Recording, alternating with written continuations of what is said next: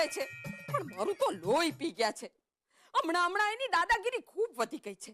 મને કે 4 થેલી દૂધમાં જ ચલાવવાનું અને 500 ગ્રામથી વધારે શાક નહીં લાવવાનું. હવે અમારો ઊભો 2 થેલી દૂધ પી જાય છે ને મારા સસરા ને દાદા સસરા એને રાત્રે ખીચડી સાથે દૂધ જુએ અને રાત્રે સૂતા પહેલા આખો ગ્લાસ ભરીને દૂધ જુએ. હવે તમે જ કહો મારે 4 થેલી દૂધમાં કેમ કરીને ચલાવવું? એટલે મેં આજથી અસહકારનું આંદોલન શરૂ કર્યું છે. તું શું પગ પર પગ ચડાવીને બેઠી છે? સવારથી એક કપ ચાનો નથી મળ્યો. ચા ઊભી થા, ચા બનાવ. નહીં મળે. હડતાલ ચાલે છે. હડતાલ? એ હડતાલની સગલી તું કઈ સરકારી કર્મચારી છે કે હડતાલ પર ઉતરી? હું પી છું. એ શું? પતિ પીડિત પત્ની. અલ્લાહ, તું પીયુપી છે, પૈસા ઉડાવ પત્ની.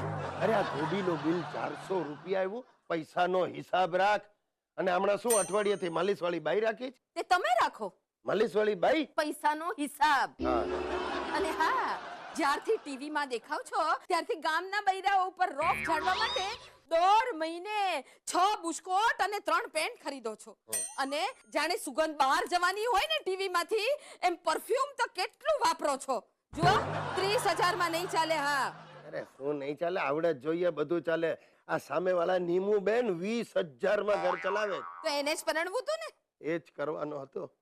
નીમુ મને ગમતી હતી, હું નીમુને ગમતો. તો વાંધો કોને હતો? એના વરને. જો મારતી ને. અરે આ ચાલુ છે કે મેં બંધ કર કેમેરા બંધ કર.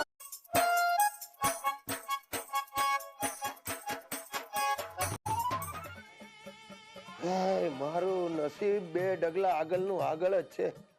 જબરું ટેન્શન છે આજે મને. આ ગયા અઠવાડિયે અમારી સોસાયટીનું ઇલેક્શન હતું અને પ્રમુખ તરીકે હું ચૂંટાયો અને ગઈકાલે જ સોસાયટીમાં ચોરી થઈ.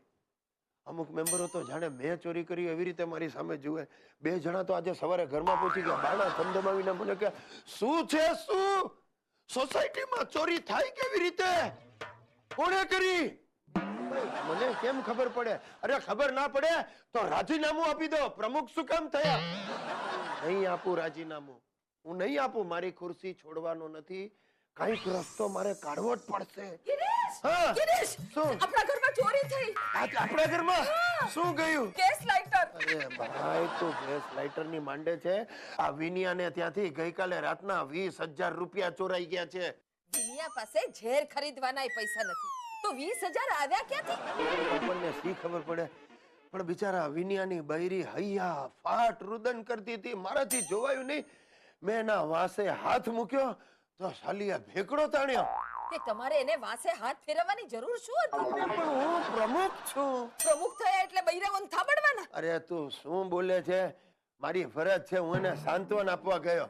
હવે જો અત્યારે બહુ હાઈ લેવલની મીટિંગ બોલાવી છે, સમજી, મેનેજિંગ કમિટીની. જો કાંઈ ખબર નહીં પડે તો છેવટે પોલીસને બોલાવી પડશે. પોલીસને આપણા ઘેર પણ લેતા આવજો. કેમ? લાઇટર શોધવા. અરે તું યાર. આ મારા ગિરીશ, એને પ્રમુખ બનવાના એટલા અભરખા. જે દિવસે પ્રમુખ બન્યા એ દિવસે સોસાયટીના લોકો એટલા મસ્કા માર્યા કે ઉત્સાહમાં આવીને સોસાયટીની ટાંકી સાફ કરવા માટે પોતે કૂદી.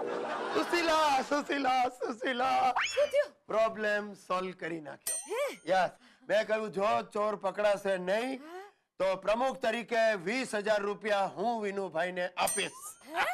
પણ ખુરશી નહીં છોડું. ગિરીશભાઈ, હા ગિરીશભાઈ, મારી બૈરીને કોઈ ઉપાડી ગયું. એમ તો મારી બૈરીને લઈ જા. હું ખુરશી નહીં છોડું.